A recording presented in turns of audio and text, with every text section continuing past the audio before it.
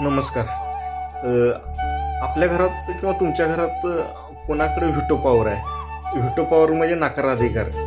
म्हणजे एखाद्या गोष्टीला एखाद्या याला नकार द्यायची पॉवर त्याच्याकडे आहे. कारण आपल्या घरात एखाद्या मोठ्या व्यक्तींनाच असं असतं, बाकीची जर तर होय नाही बघतो करतो यात असते, पण थेट नकार द्यायचा आणि त्याने नकार दिला की ती गोष्ट कॅन्सलच.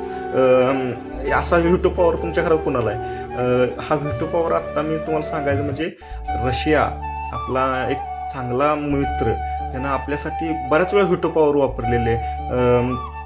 प्रत्येक वेळी भारताच्या बाजूने तो उभा राहिलेला आहे. संयुक्त राष्ट्र सुरक्षा परिषदेमध्ये ज्यावेळी मतदानाची येते व्हिटो पॉवर, एक ठराविक देशांकडे व्हिटो पॉवर आहे. आणि ते व्हिटो पॉवर म्हणजे एकानं जरी, माझ्या माहितीप्रमाणे बरं का, एकानं जरी नाही म्हटलं तर तो कायदा किंवा ती गोष्ट कॅन्सल केली जात्या. असं म्हणजे समजा 8 जण का 6 जण काय तर त्यात आहेत बहुतेक, आणि त्यातलं जरी 5 जण जरी एका बाजूला असल्याने एकानं जरी त्या गोष्टीला नकार दिला किंवा जे मत मांडलं त्यामुळं ती गोष्ट ती पारित होत नाही. अशा व्हिटो पॉवर, ह्या व्हिटो पॉवरच्या भरोश्यावर किंवा त्या ताकदीवर रशियानं आपल्याला बऱ्याच वेळा मदत केलेली आहे. आपल्याला व्हिटो पॉवर नाही बरं का त्या सुरक्षा परिषदेचे स्थायी सदस्यत्व पण अजून नाही.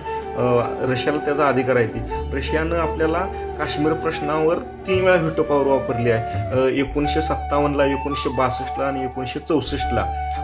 गोवा मुक्तीच्या लढाईच्या वेळी पोर्तुगालला आणि बहुतेक इंग्रजांनी काहीतरी व्हिटो पॉवर एक कायदा तिथं कायदा आणला होता. त्यावेळी सुद्धा भारताच्या बाजूनं 1961 साली रशियानं व्हिटो पॉवर वापरली होती.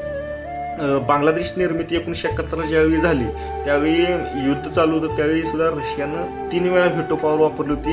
त्यामुळे आपल्याला बराच वेळ मिळाला.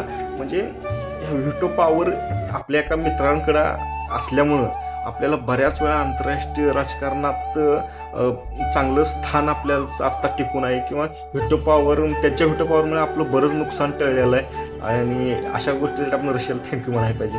थँक्यू आणि रशियाला थँक्यू व्हिटो पॉवर.